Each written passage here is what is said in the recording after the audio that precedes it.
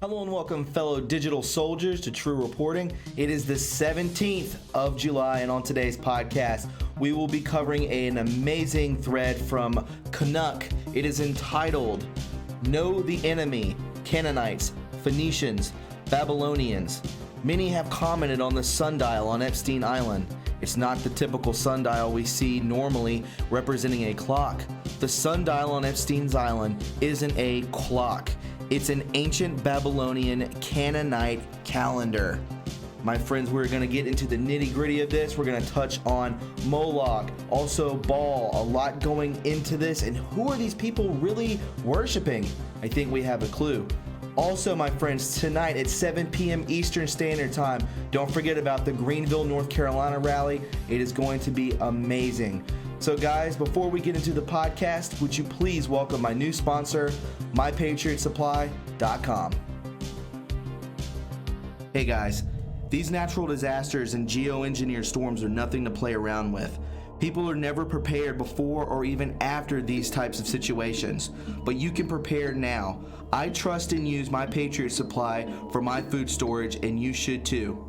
You can save $62 right now off the regular price of this 2-week emergency food kit when you go to my special website, preparewithtruereporting.com. It includes breakfast, lunches, and dinners that last up to 25 years in storage, and My Patriot Supply ships fast and discreetly right to your door. Act now so you know you are prepared and save $62 with preparewithtruereporting.com. That's preparewithtruereporting.com.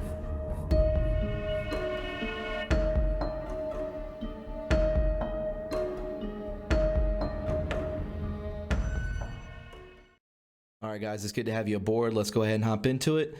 This is True Reporting. So we see here from Canuck at TrueCanuck11. Please follow he or she on Twitter. This is a great thread.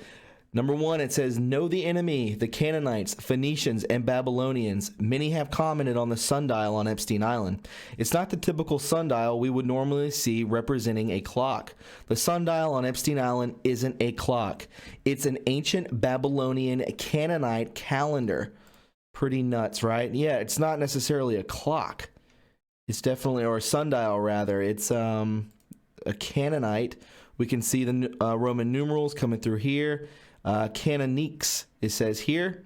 Going back to the picture, you can see the Roman numerals up top. It's very random.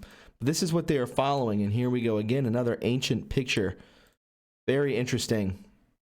And it says 13 days before Inauguration Day, January 29th, Groundhog's Day, 13 days after Imbolc, Valentine's Day. So this is their, I guess, interpretation of the year, right?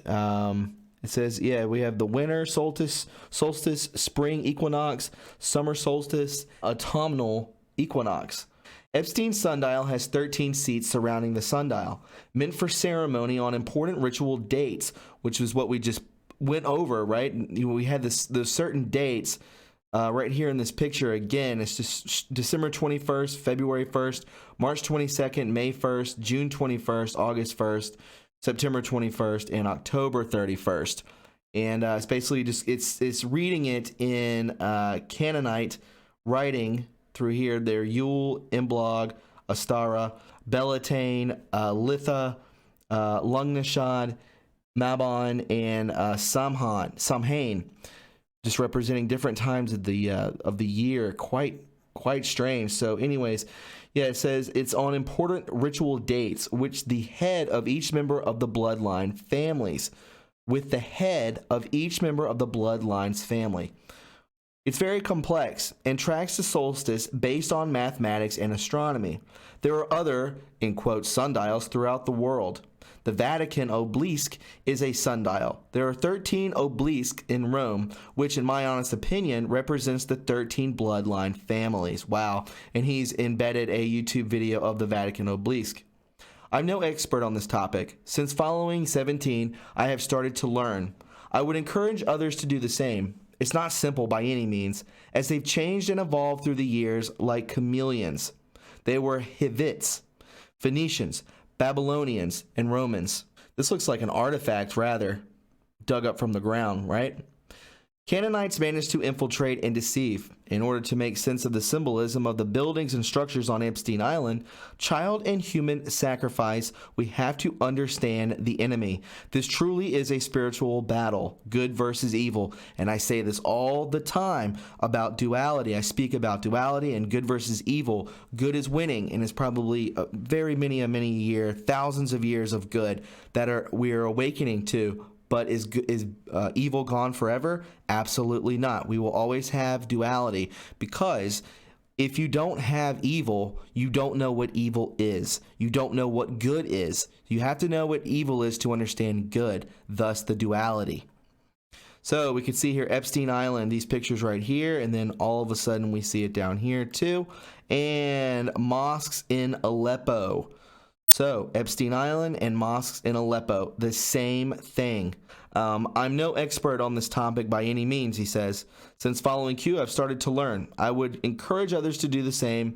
And this is when he was talking about the chameleons and so on and so forth.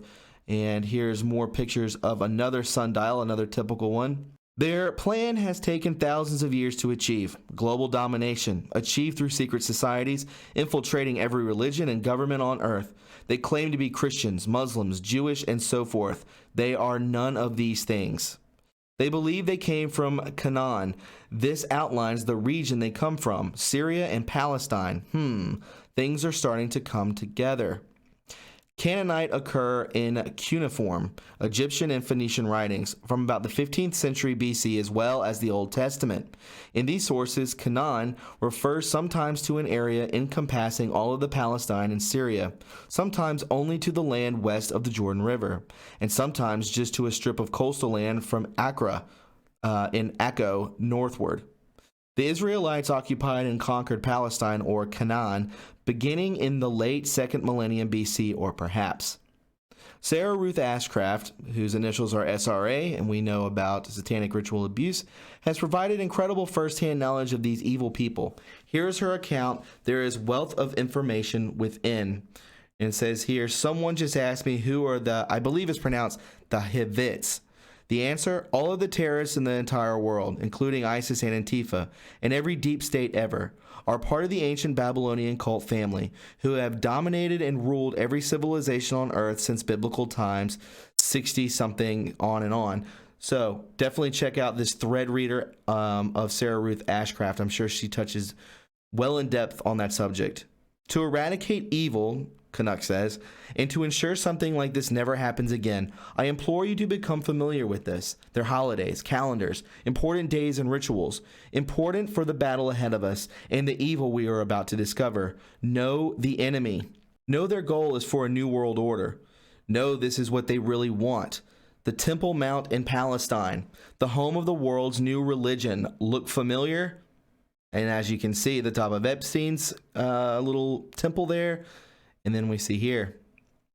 So Moses didn't just get some law. He got the secret code book of life, the Torah, and the tablets of destiny, prophecy, and the communication device. In each letter of Hebrew is a waveform of the carbon-12 atom as it rotates in a quantum state. Isn't that incredible? Like, this is all so far above us, and I think that all of the elites know this. They know this, but we're plebs. You know, we are nothing to these people. We're very special. We've just been held in the dark for so long, generation of generation, century after century. And I believe that's why it's just so complicated for us, but it's not like we couldn't learn it. Obviously, scientists are learning this, and they're trying to put it out there, but I guarantee you it is 100% suppressed. So as you can see here, how you can see 10 of the letters, new waveform, viewing angels, modern Hebrew script, Ariad cursive, 800 BCE. Then we can see here, this is what the 8 letters form. It's just very complicated, so I'm just showing it with you. So Moses didn't just get some law. He got a secret code book of life, the Torah. So all of these ancient scripts all have, there you go, they all have some form of code in them that is well above our intelligence as of now, right? Also, speaking of the Phoenicians and Babylonians, I wanted to talk about this, and this was sent over to me from Red Pill 78, so I wanted to definitely talk about it with you guys. And what these people are actually, what they're actually worshiping. They're not worshiping God by any means.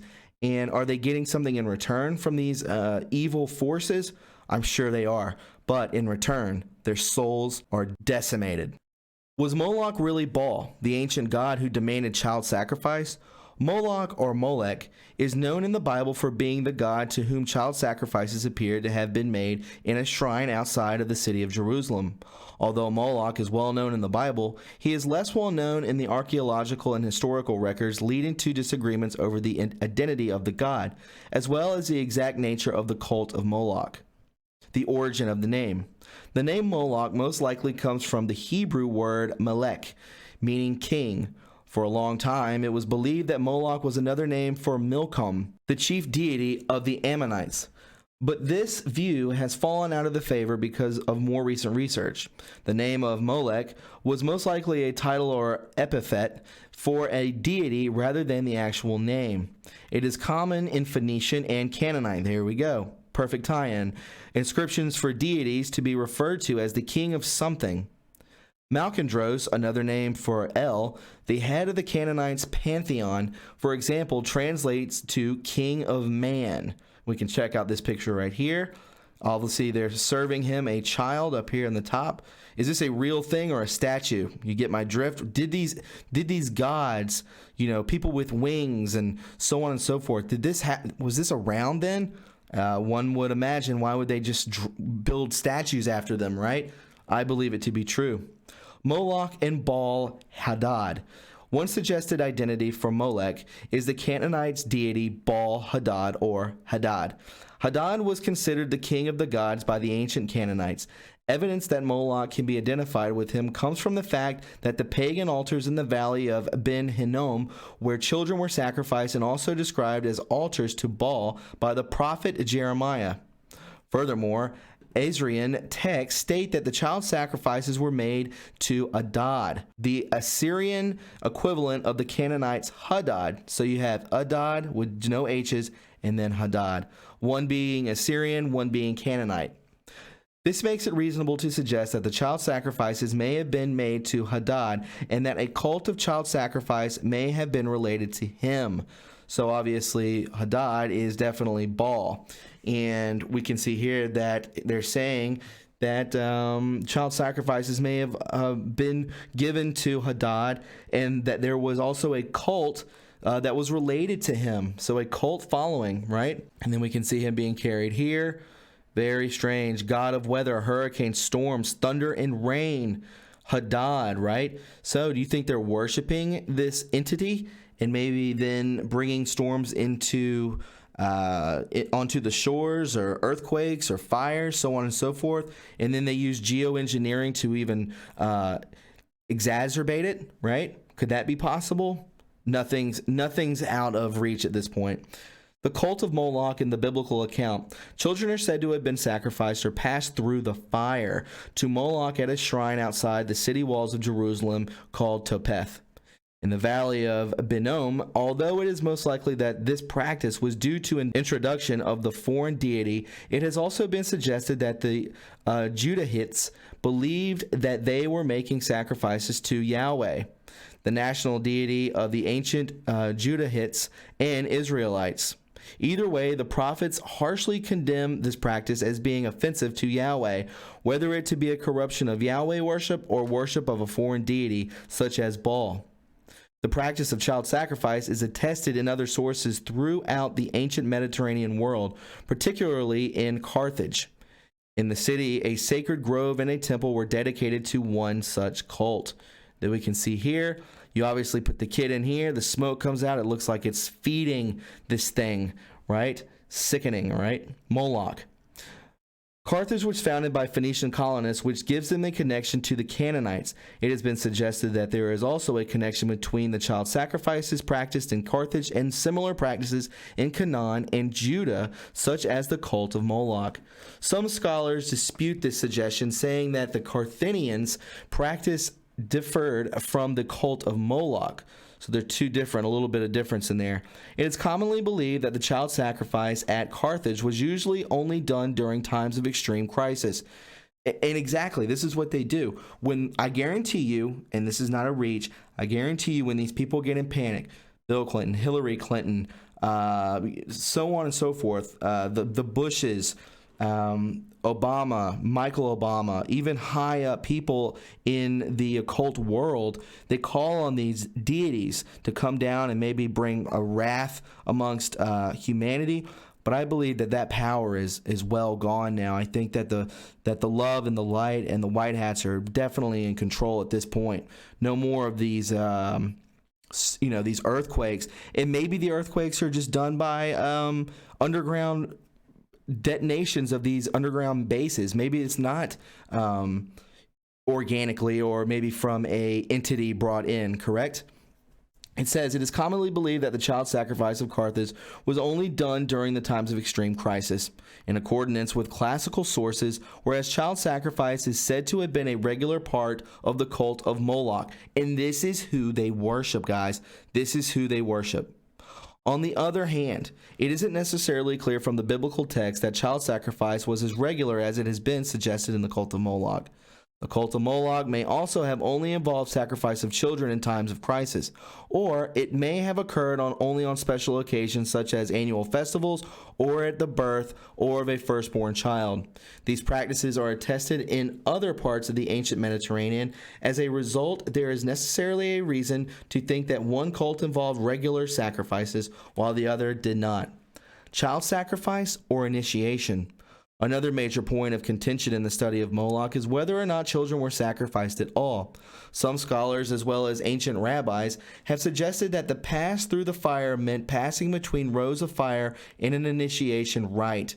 In this view, the abomination of Moloch, condemned by the Hebrew prophets, was Jewish children being initiated into paganism. Thus, children were not actually sacrificed at all, and it was the initiation ceremony that alarmed the prophets. There are some problems with this view, however. Although there are some cases where the text could be referring to something like this initiation rite, there are also cases where passing through fire is clearly referring to burning. Furthermore, ancient Near Eastern texts give good reason to believe that actual child sacrifice occurred. Of course it did. Uncertainty remains. There is a lot of uncertainty regarding Moloch.